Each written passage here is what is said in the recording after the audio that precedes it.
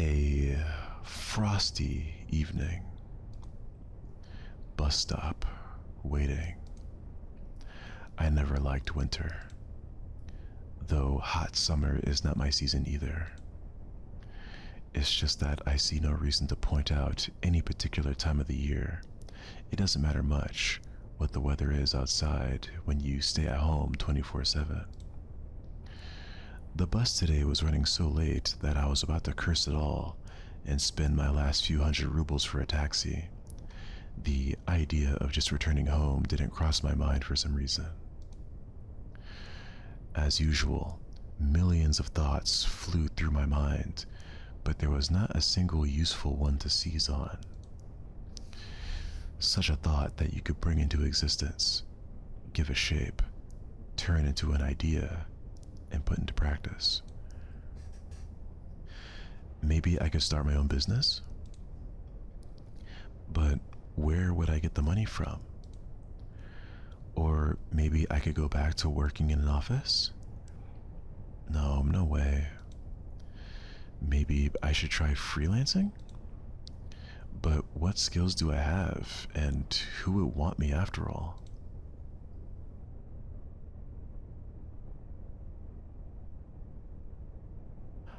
I suddenly remembered my childhood. Or rather, my teen years. The time when I was 15 to 17 years old. Why exactly those years? No idea. I guess it's because back then, everything was much more simple. It was easier to make decisions, so complicated now, and so simple then. Waking up in the morning, I knew exactly how my day was going to pass, and I always eagerly looked forward to the weekend. Then I could get some rest and have time for the things I liked.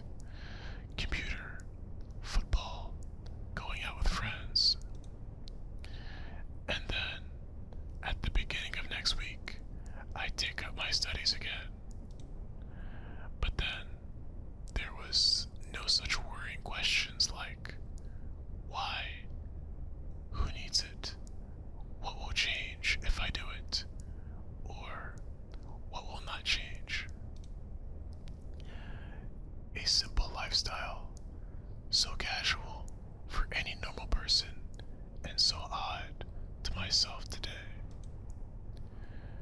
That careless childhood age.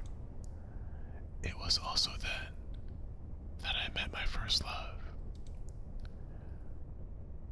Her appearance and personality have vanished from my memory. Only her name remains, like a brief line from a social network profile, along with the feelings which overwhelmed me when I was with her. Affection, tenderness, the desire to take care for her and to protect her. Sadly, it didn't last long. Today, I can hardly imagine something like that happening. I would probably like to meet a girl, but I don't know how to start a conversation, what on earth to discuss, and how to attract her. Well, I haven't met any suitable girls for a long time. But where could I meet one anyway?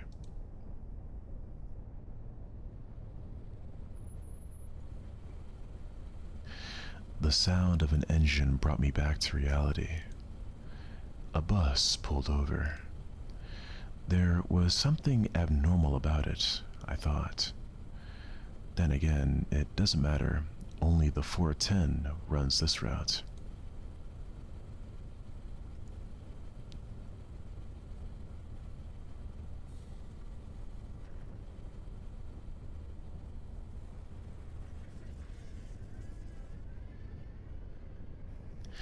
Streetlights pass me by. It's as if their cold light sparks inside of me, trying to ignite feelings long dead. Or maybe not ignite, just awaken them. because those feelings, they have been living in me for a long time, slumbering and waking up again. The driver's radio was playing some very familiar tune, but I wasn't listening to it. I was watching the cars passing by through the fogged up window. Because people are always rushing somewhere, chasing something they need, stuck in their own little worlds. Why would they care about mine? They probably have their own serious problems, or maybe they have much easier lives. You can't know for sure, since all people are different.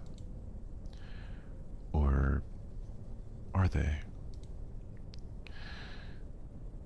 Sometimes, someone's actions can easily be predicted, but if you try to look inside his soul, you will only see impenetrable darkness. The bus was approaching downtown, and my thoughts were interrupted by the bright city lights. Hundreds of billboards, thousands of cars, millions of people. I watched this light show, and somehow I got terribly sleepy. My eyes closed for just a moment, and then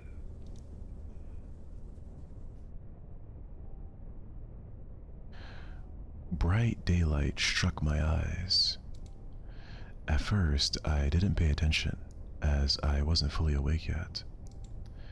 On their own, my legs carried me towards the door. Damn, looks like I fell asleep and missed my stop. But there was no door.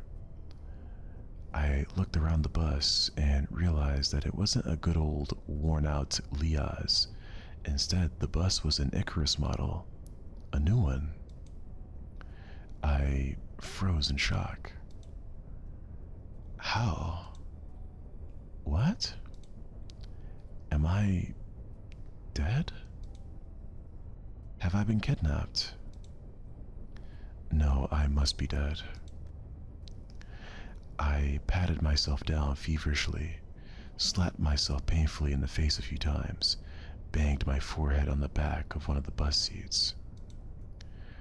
It's clear, I'm either still alive, or you can still feel pain when you're dead. But how could this happen?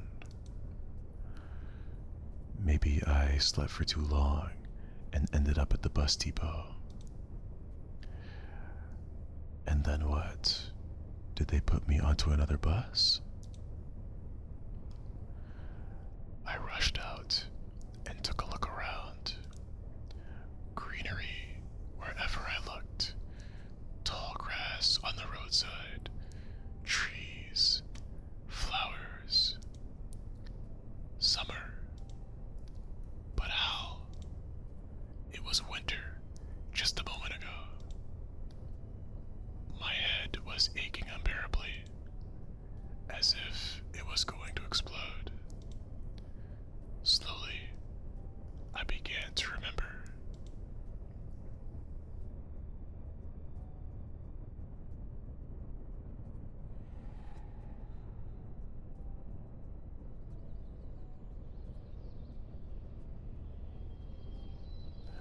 A long road running off into the distance. Forests, plains, fields, lakes, and forests again. I think I was sleeping, but then, how can I remember all of it? But then, a gap. Some girl leaning over me. She softly whispered something into my ear. Then a gap again.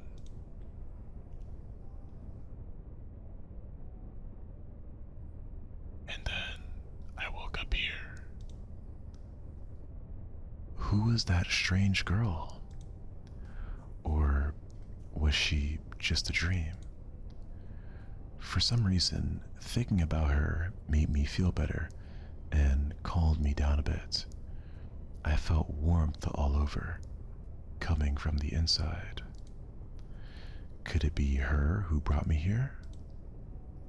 Then I need to find her. And the best place to look for her is away from here. I rushed to the left, then to the right, then stopped, hesitating over where to go.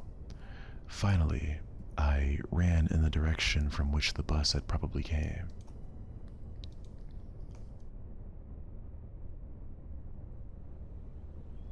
Physical exercise does refresh one's mind. Thoughts become clearer, and it gets a little easier to evaluate the surrounding reality. Not in my case, however. I was sitting on the roadside, wheezing, and trying to ease my sore throat by gulping breaths of hot air. In any case, the run did its job. The fear withdrew for a while. Maybe I really am just dreaming? Though, recalling my self-harm on the bus, I immediately rejected the idea. I am neither dreaming nor dead. A narrow road ran through the field and far into the distance. The exact same road from my dream. I must be very far away from home. And it's not just that it was winter yesterday, and it's summer now. It's the whole environment. Of course, summer is usually like this, green and hot, but here, everything is not entirely lifelike. Everything looks like it was taken from the paintings of Russian landscape artists of the 19th century. The grass is just too lush. The bushes are not like what bushes should be. They are so thick that you can't see anything through them, like treetops, honestly. And the trees themselves. The forest was quite far away, but the trees looked as if they had closed their ranks and were now just waiting for the order to advance onto the fields and plains. I caught my breath and looked at the bus, which was now barely visible. That was a good run. Fear overtook me again. Those power lines. There must be people here. But what does it mean?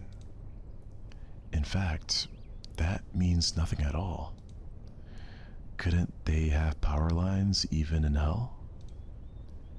Roasting sinners over hot coals? That's so last century. I must have reached the point of no return, after which you should either lose your mind completely or finally try to understand what is going on. And while I still have a choice, I should pick the second option. I slowly headed back to the bus. Of course it was scary. But I'm not likely to find an answer in the fields or the woods, and this wretched bucket of bolts is the only kind of link that I have with the real world.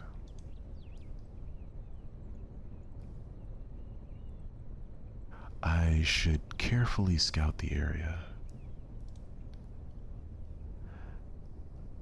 A brick wall and its gates crowned with the Sovyanok sign, statues of pioneers standing on either side, and a road sign nearby showing the bus route number 410.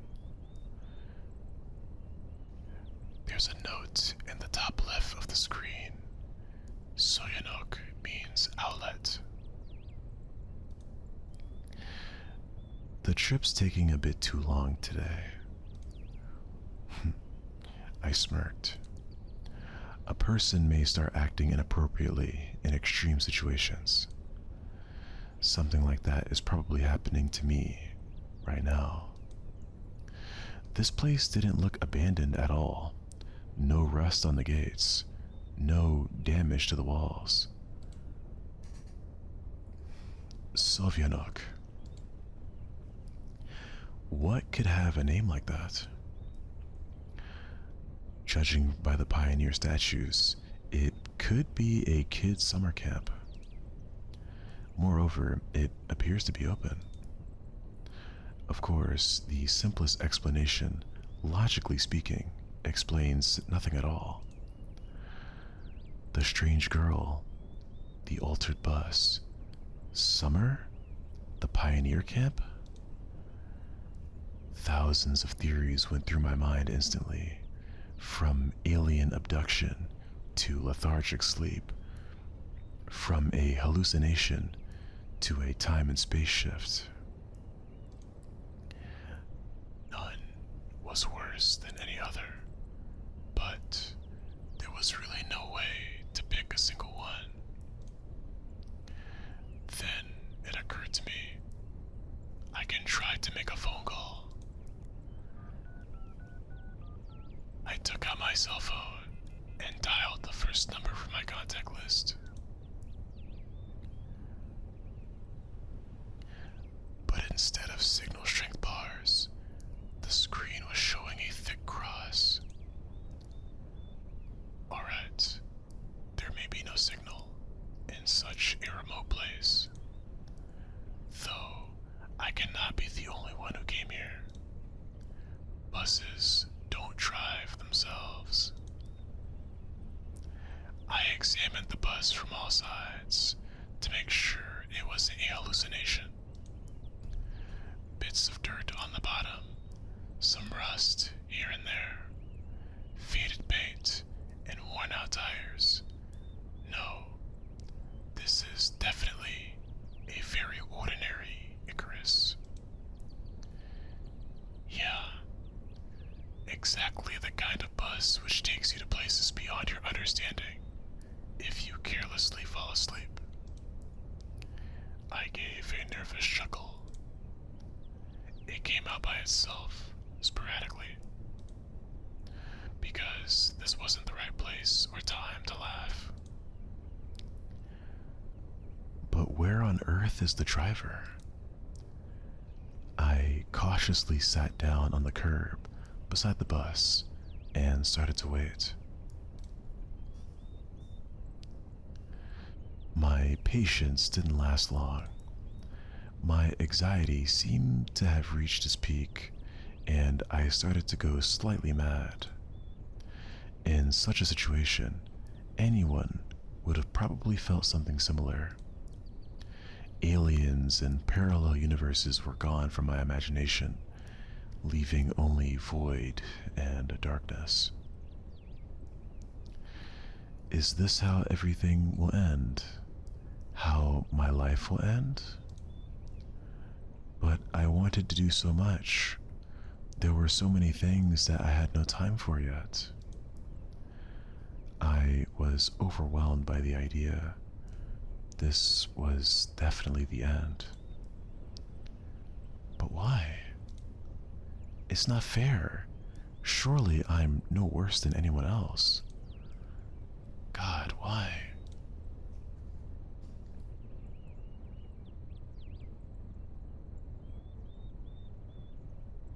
Tears were burning my eyes unbearably. I curled up and started rolling in the grass. Why?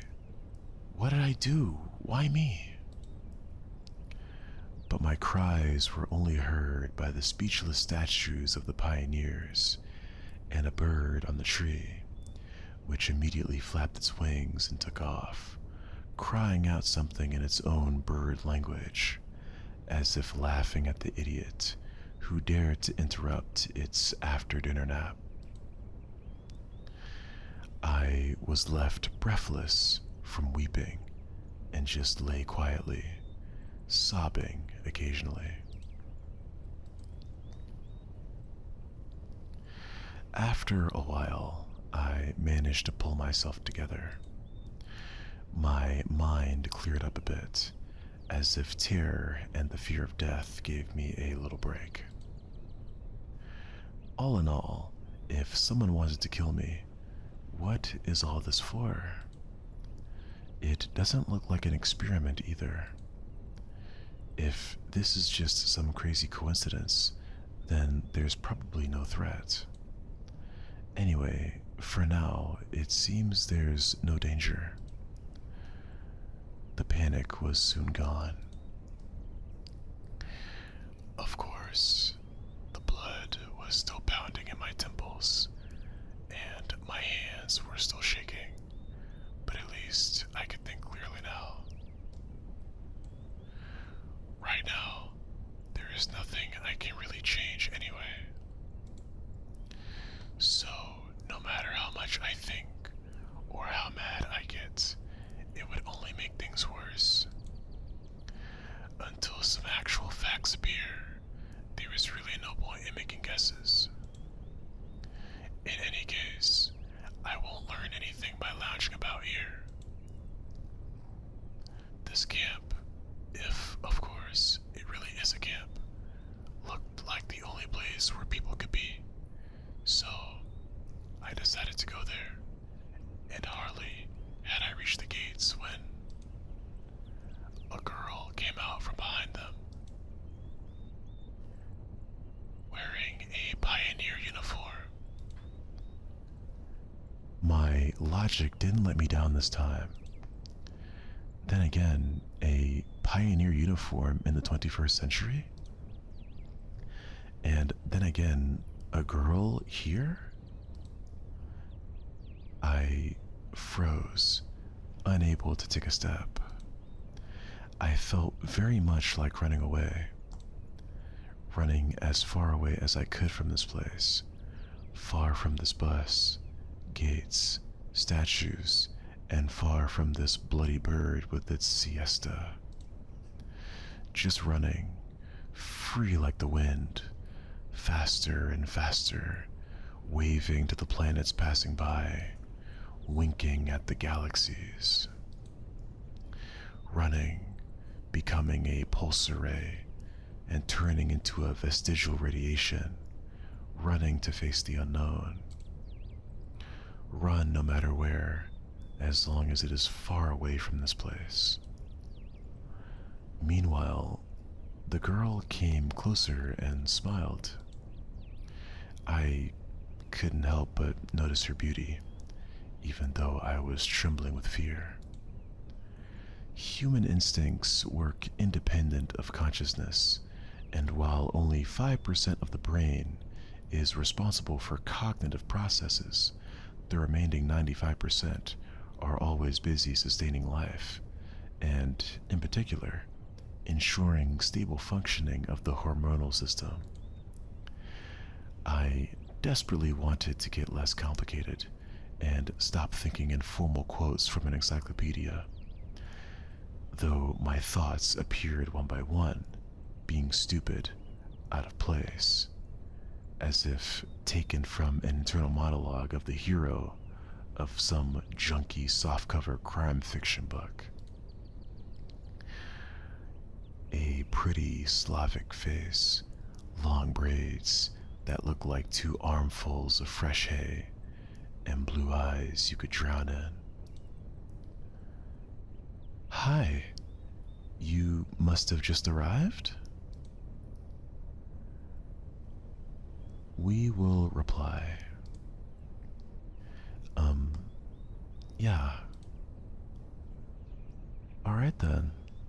Welcome. She smiled broadly. Strange. It looked as if I had just a normal girl in front of me. I shouldn't have returned here. The woods and fields seemed better. But what shall I do next? Try to speak with her as if she was a human? Or run away?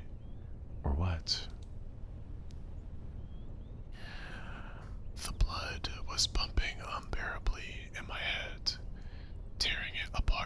inside. A little bit more, and the poor pioneer girl would be splattered with the gruesome contents of my skull. What's so funny about that? The girl looked me over. It sent shivers down my spine, and my knees started to tremble. Nothing. Great then. Great? What's so great about that? Suddenly, a thought crossed my mind. To hell with it all. Forget about the bus behind me. The fact that it was winter yesterday and summer today. I wanted to rip off my itchy sweater and just accept that all this is actually happening. Everything is as it should be. All this is for the best. Would you happen to know? You should go to our camp leader. She'll tell you everything. Look. You go straight ahead to the square, then turn left. You'll see several small cabins. She pointed at the gates, as if I knew what was behind them.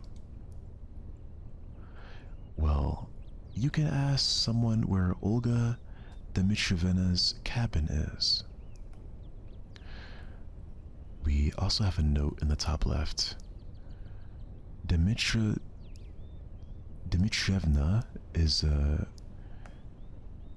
patronymic, a derivative of a person's father's name, in this case Dmitri, put by Russians after the person's first name as a sign of respect or formal address. Okay. So I guess Olga is a pretty high up person in the authority structure here.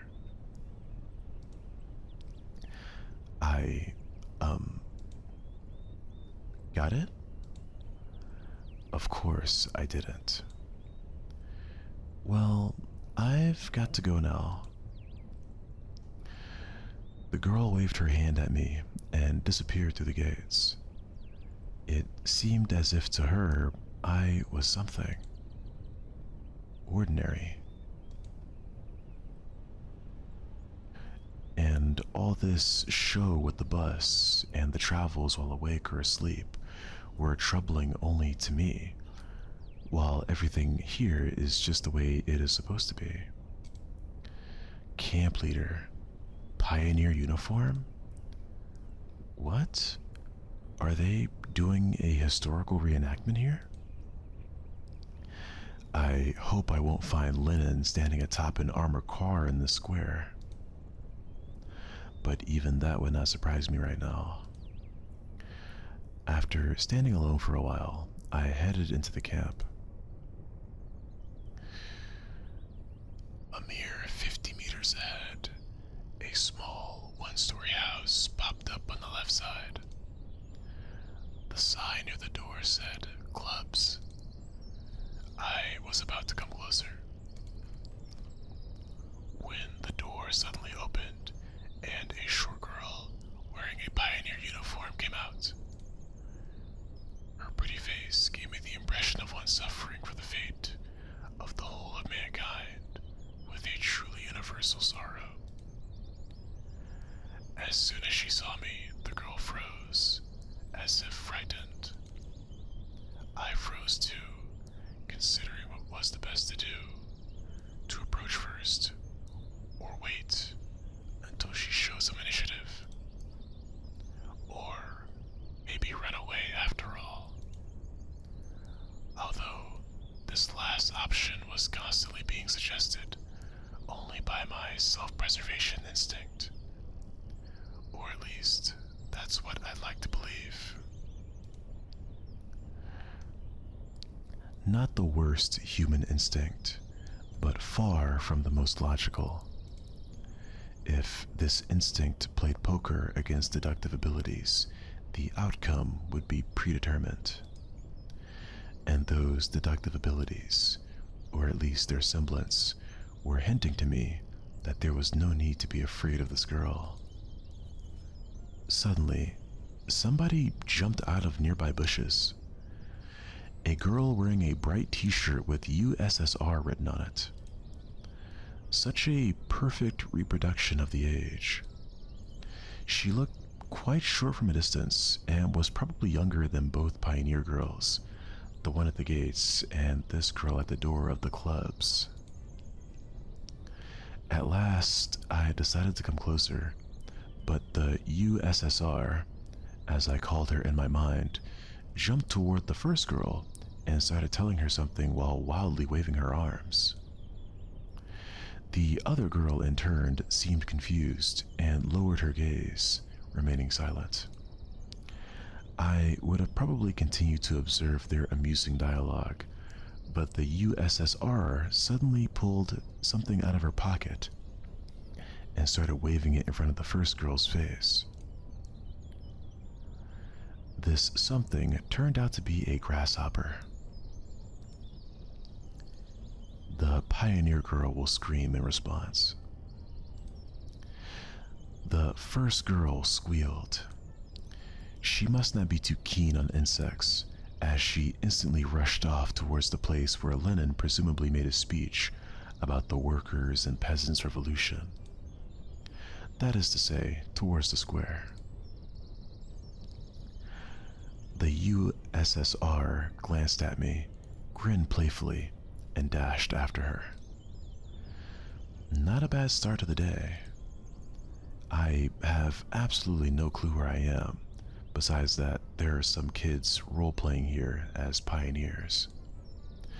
And as far as I can tell, this place is located thousands of kilometers away from my home. It might even be a different reality. And this was indeed a reality. I mean, everything around me seemed so real, if a little embellished, that I was starting to think that in fact my previous life could have been just a dream. And what am I supposed to do now? I was picking at the cracked paving stones of my shoe and staring aimlessly at the club's building. Just a few more seconds before I have to come up with some decision. That's when I recalled myself rolling on the grass, weeping. I cringed in disgust. Perhaps it's another instinct. When all energy for whimpering and self-pitying is used up, the body either goes into hibernation or mobilizes its resources. Mine seemed to have chosen the second option because out of the blue, I found the determination to figure out what was going on. And in order to do that, I had to act like a man, like a human, to maintain the dignity of representative of my own world.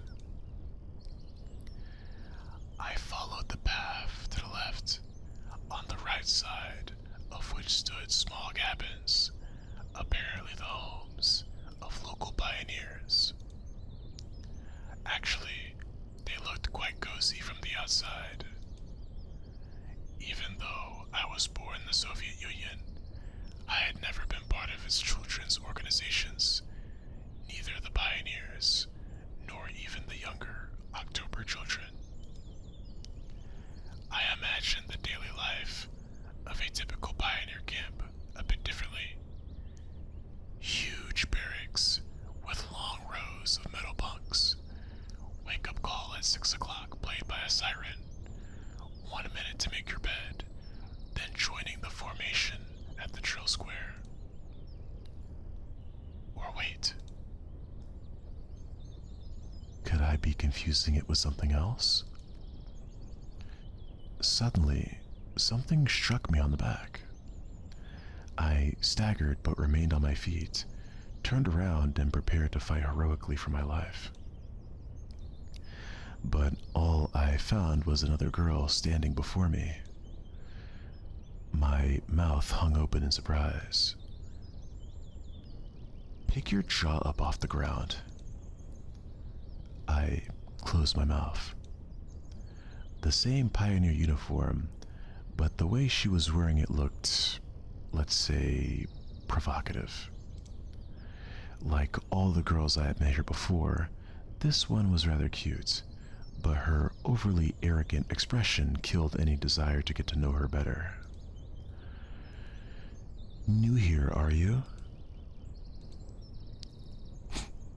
Fine. See ya. She threw a threatening glance at me and walked past. I waited for the pioneer girl to turn the corner. Who knows what else she might have been up to. The most interesting thing was that even this hostile girl seemed completely normal to me. She did not give off the feeling of some deadly danger. Except maybe the danger of getting punched in the nose. Okay, and with that being said, I think we'll go ahead and save and wrap up the stream on that note.